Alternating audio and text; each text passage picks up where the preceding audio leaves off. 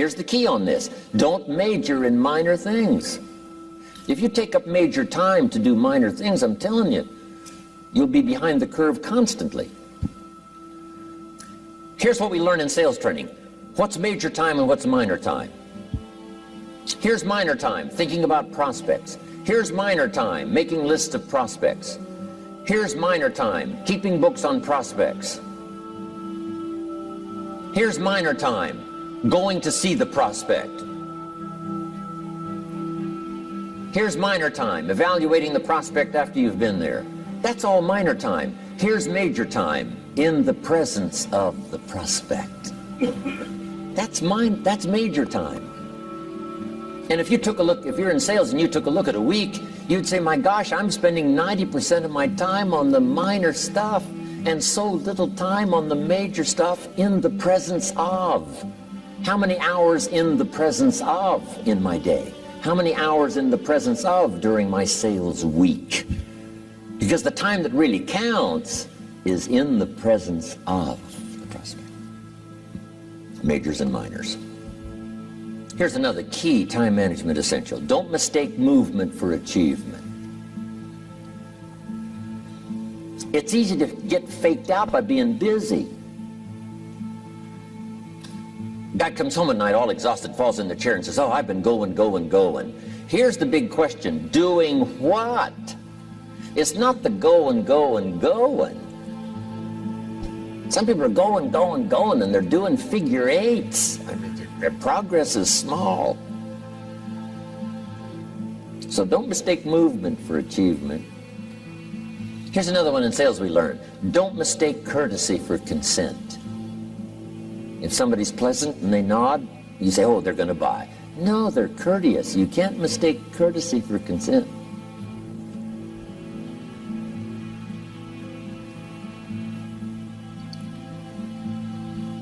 Now here's a big one, concentration. I had to learn this. All those years ago, I'm in the shower trying to compose a letter. Found it turns out to be a strange letter. So here's what I learned to do. Save the work till you get to the office. Save the work till you get to the work. Don't try to get to the office on the way to work.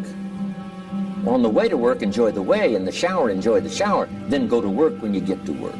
I found this to be helpful. Concentration.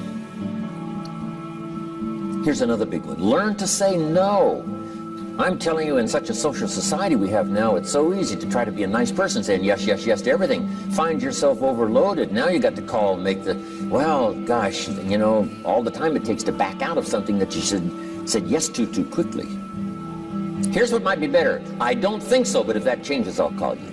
Little things you can use not to overcommit yourself. My friend Ron Reynolds says, don't let your mouth overload your back. It's a good one. Now here's a big one on time management. When you work, when you play, don't mix the two. Don't work at play. I used to take my family to the beach and I would bring my briefcase.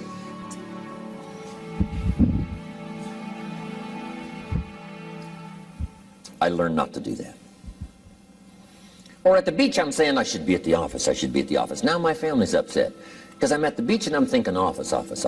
Now when I'm at the office, I'm thinking what? I got to get my family to the beach.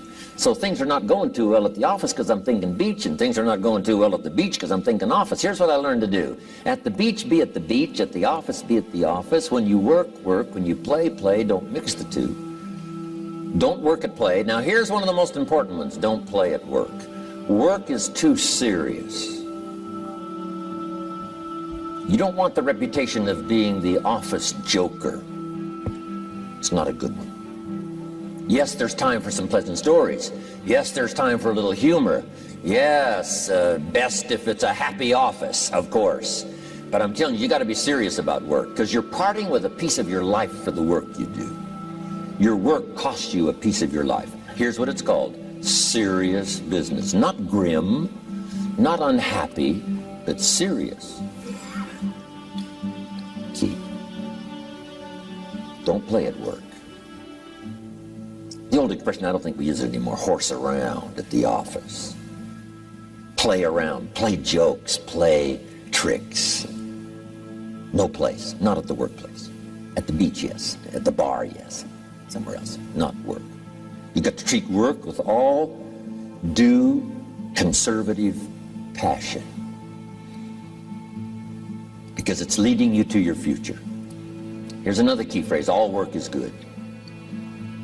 You may not like your job, but if it's the stepping stones to get you to where you want to go, you got to appreciate your job. You don't have to have a passion for your job. Here's the ultimate passion: a passion for incredible success in every department of my life. That's the passion. But don't look down on some menial job you have to do to finally get you to where you want to go. No job is menial. No job is not, no, every job is noble. Training life for pay, making a contribution to society. Next, analyze how you are. And if you have some weaknesses, if you can't, doesn't seem like you can change, here's the key: get it covered. I used to keep promising myself I'd keep the books, keep the books, keep the books. Finally, I gave that up. And back then, it only took me an extra 50, 60 bucks a month for some accountant to keep the books. I said, no, I'm going to save the 50 bucks. You can't believe what I started losing in productivity because I tried to save the 50 bucks. So the key is, a lot of the time you can stay like you are, but just make sure you get it covered. Okay. Next, beware of the telephone and all other systems of communication, especially the telephone at home and systems of communication at home. And here's one of the best lines I've got for you for the weekend: let all communication systems serve you, but don't let them intrude. When it comes time to have dinner with your family, you shut off all systems, unless the ones that can take messages silently. Don't let the phone ring. Don't let anybody intrude, come through the front door nor the back door, nor through the telephone or any other device. So you can't reach John and his family when he's having dinner. The President of the United States couldn't get through. If you develop that kind of a reputation, father, mother, when we have dinner, when we're visiting and have this time with our family, nothing intrudes. So don't let these clever little devices keep intruding. You've got to have a place that's sacrosanct, it's valuable. You don't let anything in for that period of time. Okay. Isn't that good advice? Excellent advice. Here's the next one. Read all the books. You know, I've only got a few notes here on time management, but if you've got some particular challenges, you run a big organization, a big corporation, you've got some challenges, there's plenty of books. Now, here's what's next. Just be more alert to the things that might be stealing your time. Here's why. Time is like capital. You can't let someone steal your seed corn. You can't let someone steal your capital. And you can't let someone steal your time. You must designate your time. And some of the time that you designate, you must not let anyone steal. Casual time, you might let someone intrude and steal a little bit and take a little bit, but not serious time. Key. Next, one of the great time management savers is to learn to ask questions up front. Sometimes you talk to somebody for an hour, and then you ask questions and find out if you would have asked those questions up front, you could have saved yourself an hour. Asking questions up front helps you to get to the problem now. But if you just launch into some discourse, you might waste 30 minutes, waste an hour, when here's what you should have been talking about. After you finished an hour, you say, John, what's really the problem? He said, well, it's something personal. See, that's what you should have been talking about this whole hour. Key. Next, learn to think on paper. Now we're going to take a break. Some ways to think on paper. One, we've covered one. Solving problems. Take it out of your head and put it on paper. Another one is setting goals. making these lists we've already started. Here's another good way to think on paper. It's a projects book. Each person you're working with and each project you're working on, get a loose leaf binder and a tab and some pieces of paper behind the tab, and do a little continual summary of how it's going between you and that person and between you and that project. I call it a projects book. It is so useful to me. But what's going on between you and this person? When you last got together, what did you talk about? And you got a few notes there. Here's what we talked about the last time we got together. Now when you get together again, you can review that so you'll know better what to talk about. When the president gets ready to travel and he's going to meet some important people, guess what they bring him? All these briefing books. Right? The last time you were with Khrushchev, Kennedy is informed. Here's what he said and here's what you said. Kennedy said, oh, that's valuable. I need to remember that. If a person is important, it's worth a little running account. You might even have a projects book for your children. Here's what's happening between me and my child. We've talked about this, and we've talked about this, and we've talked about this. Next, a day timer. Keeping track of all of your appointments. You know, mine is all filled with, when to catch an airplane, and when to do a seminar, and when to sit down and have a conference, all the rest. Next is a game plan. If you've got a house and the insurance is going to come due and some other things are going to come due, you just put it on a spreadsheet and make sure it's taken care of. Key phrase, take things out of your head and put them on paper. And the key is to just experiment with different ways that helps you to do that. Now here's the last one, thinking on paper, and that's to keep a journal. One of the things I'm known for around the world, have been now for 39, 40 years, is keeping a journal. Now my journal is not it's not necessarily it's not like a diary. It might be part diary. I'm flying over Ireland and I write down a few little things that impress me. Today I met this person. Wow, what an extraordinary event. Today I conducted this seminar in Rome. 1,000 people stood up and sang for me. I've got a little bit of a diary in there. But here's what primarily your journal is for. Collecting good ideas. A journal is to collect good ideas on your health, good ideas for your business, good ideas for your future, good ideas for time management. Because I used to take notes on pieces of paper and torn off corners and backs of old envelopes and restaurant placemats.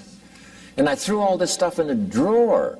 It did not serve me well. I finally learned to get a bound copy, right? And just keep a journal, right? If I was here, I had my journal, I'd be taking notes, right? These 2 days in my journal. Now, if you're caught without your journal, you just take the notes when you get back home. You put those notes in your journal, throw the paper away. Because we don't usually go through paper to review. But see, my journals now make up a significant part of my own library. My journal's all reserved privately for my children and my grandchildren.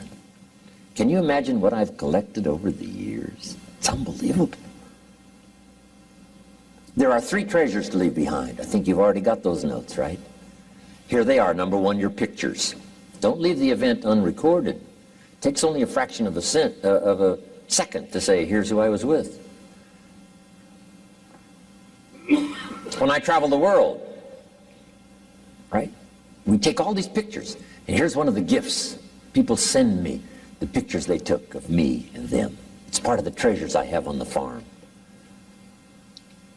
Incredible. A picture's worth 1,000 words to describe the scene, the emotion, what happened. Say, wow, this was an extraordinary day for me when I met these people.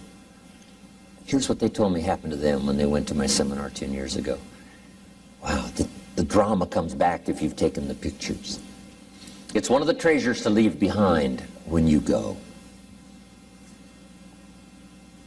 Remember the old photographs that we have now of, 100 years ago, 70, 80 years ago, just a few photographs?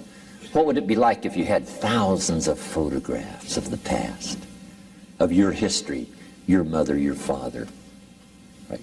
Grandparents. So change all of that now for your children. Leave all your photographs as a record. Here's what's next. to leave behind, and that's your library. The books that changed your life, the books that changed your health, the books that rescued you from oblivion, the books that you passed on to other people, they were so exciting for you, the books that made you financially independent, the books that developed your leadership, the books that gave you wisdom to ponder when things were tough, the books that got you through the winter, the books that helped you to plant in the spring and harvest in the fall. What a treasure to leave behind. If you do that, here's what's for sure. Your books will be more valuable than your furniture.